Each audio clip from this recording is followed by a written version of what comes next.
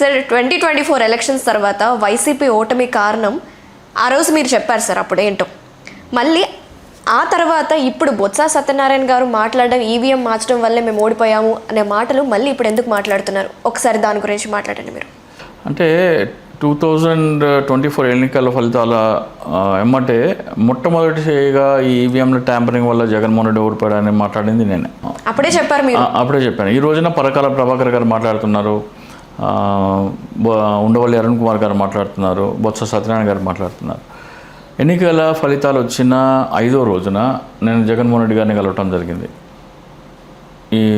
ఆయన చాలామంది బిజీగా ఉంటే నేను పక్కనే ఉన్న వైసీపీ కార్యాలయం ఉన్న సజ్జల రామకృష్ణారెడ్డి గారికి వివరించడం జరిగింది. మనం ఈవీఎం ట్యాంపరింగ్ వల్ల ఓడిపోయాము, మనము ఈ ఎన్నికలను ఛాలెంజ్ చేయాలి. ఈ ఈవీఎం సుప్రీంకోర్టు ఏం చేసిందంటే ఎన్నికల సంఘానికి ఒక ఆదేశం ఇచ్చింది. ఈవీఎంలో ఎవరికైనా అనుమానాలు ఉంటే ఆ అనుమానాలు ఎలా నివృత్తి చేసుకోవాలి, ఈవీఎంలు ఎలా పరీక్ష చేయాలి అని ఒక గైడ్లైన్స్ ఇచ్చింది, స్టాండర్డ్ ఆపరేషన్ ప్రొసీజర్ ఇచ్చింది.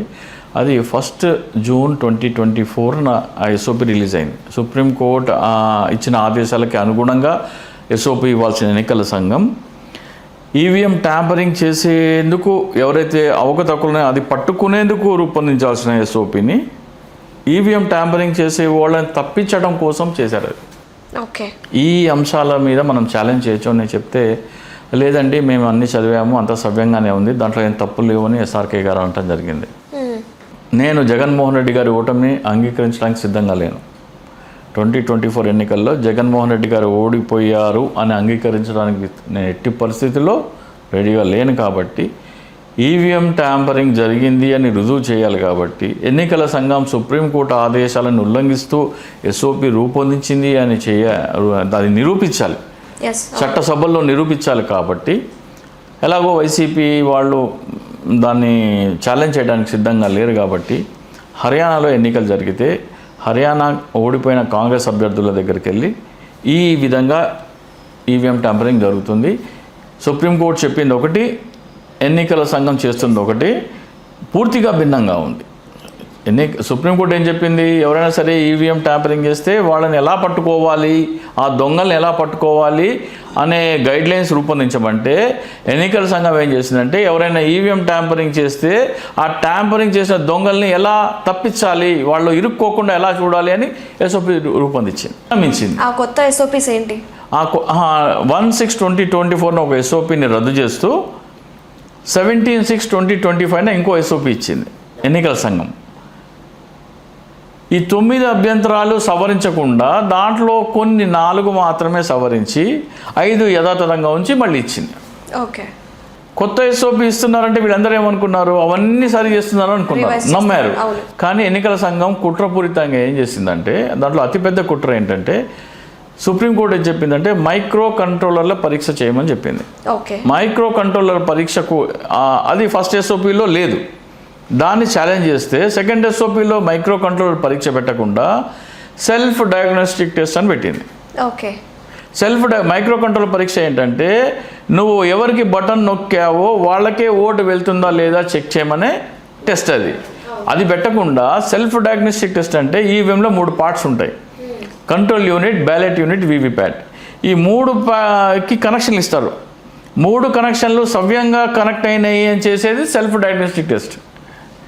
అంటే నువ్వు ఎవరికి ఓటు వేస్తే వాళ్ళకే పడుతుందా లేదా అనేది చెక్ చేయమని సుప్రీంకోర్టు చెప్తే ఆ టెస్ట్ చేయకుండా 3 విషయాల వైరింగ్ సరిగ్గా ఉందా లేదా అని టెస్ట్ చేస్తామని చెప్పి అది పెట్టింది ఎస్ఓపిలో. ఏది సవరించిన ఎస్ఓపిలో.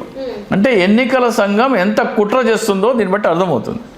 సో నేనేం చేశానంటే ఇంకా చెప్తే కూడా ఎవరికి అర్థం కావట్లేదని నేను దాన్ని ఏం చేయాలో నాకు తెలుసు. ఈ రోజున పరకాల ప్రభాకర్ గారు మాట్లాడుతున్నారు, బొత్స సత్యనారాయణ గారు మాట్లాడుతున్నారు, జరిగిన దాని గురించి మాట్లాడుతున్నారు. అలా మేము ఓడిపోయామేమో, ఇలా ఓడిపోయామో అని మాట్లాడుతున్నారు. కానీ ఇంకోసారి అలా జరగకుండా ఏం చేయాలి ఎవరు మాట్లాడలేదు. అది ఓన్లీ చింతా రాజశేఖర్ మాట్లాడుతున్నాడు. అదే ఆల్రెడీ నేను ఛాలెంజ్ చేసిన 9 పాయింట్లు కనుక ఎన్నికల సంఘం సవరించి ఉంటే ఎన్నికల సంఘం ఈవీఎంలో ట్యాంపరింగ్ జరగదు. దాంట్లో 4 మాత్రమే సవరించి మిగతా 5 యథాతథంగా ఉంచిందంటే ట్యాంపరింగ్ చేస్తున్నారని అది క్లియర్గా అర్థమవుతుంది. ఈ 5ని కూడా ఛాలెంజ్ చేయాలి. సో నేను ఇప్పుడు నా దగ్గర ఈ 5 కూడా ఛాలెంజ్ చేస్తే ఎన్నికల సంఘం ఏమంటుందంటే, బాబు మీ ఈవీఎంలు వద్దు ఏమొద్దు, బ్యాలెట్ పేపర్ ఎన్నికలు చేసుకోండి అంటది. అదే ఇన్ని రోజుల తర్వాత ఇప్పుడు అంటున్నారు. నేను అప్పుడు 2024లోనే చెప్పాను ఈ సంగతి, ఇలా ఓడిపోయారని సంగతి ఇలా చెప్పి నేనేం ఖాళీగా కూర్చోాలా. ఇప్పుడు నేను వెళ్ళి సుప్రీంకోర్టులో ఫైట్ చేయడానికి లేదు, ఎందుకంటే నేను ఎలక్షన్లో పోటీ చేయలేదు. అది ఎవరు ఛాలెంజ్ చేయగలరు? పోటీ చేసిన అభ్యర్థులే ఛాలెంజ్ చేయగలరు. సో నేను పోటీ చేసిన అభ్యర్థుల దగ్గరికి వెళ్ళి నువ్వు ఇది ఛాలెంజ్ చెయ్యి అని చెప్పాను. సో హర్యానాలోంచి సర్వమిత్ర కరణ్ సింగ్ దలాల్, మహారాష్ట్ర నుంచి గోపాల్ దాస్ అగర్వాల్ వీళ్ళు ఛాలెంజ్ చేశారు. వీళ్ళు ఛాలెంజ్ చేస్తే ఏమంది, నిజమే మీరు చెప్పిన తప్పులు మేము చేశాము, మేము సవరించిన ఎస్ఓపి ఇస్తాము అని చెప్పి సవరించిన ఎస్ఓపి ఇదిగో అని చెప్పింది. వాళ్ళకేమో సవరించిన ఎస్ఓపిలో అన్నీ సవరించారా లేదా అని వెరిఫై చేసుకోవాలో వాళ్ళకి తెలీదు. ఓకే అన్నారు. ఓకే అనగా సవరించిన ఎస్ఓపి ఇచ్చేశారు.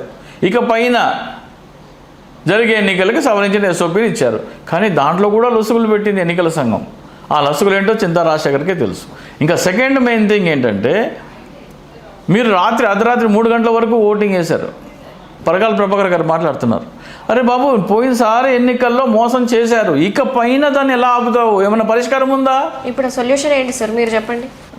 నా దగ్గరికి వస్తే నేను చెప్తాను. ఇట్లా చెప్తే వాళ్ళకి నా వాల్యూ తెలియట్లేదు. నన్ను సంప్రదిస్తే నేను చెప్తాను. అర్ధరాత్రి 6 గంటల తర్వాత 15 గంటలో పోలింగ్ అయిపోవాలా, క్యూలో ఉన్న వాళ్ళందరినీ ఎంతమంది ఉన్నారో ఎలా చెయ్యాలి, ఓటింగ్ పర్సంటేజ్ మ్యానిపులేట్ చేయకుండా ఉండాలంటే ఏం చేయాలి అని దానికి పరిష్కారం కావాలన్నా, మీకు బ్యాలెట్ పేపర్ ఎన్నికల పరిష్కారం కన్నా చేసుకోండి. మీకు బ్యాలెట్ పేపర్ ఎన్నికలు కావాలన్నా, ఓటింగ్ పర్సంటేజ్ మ్యానిపులేషన్ ఆపాలన్నా సరే చింతా రాజశేఖర్ని సంప్రదించండి.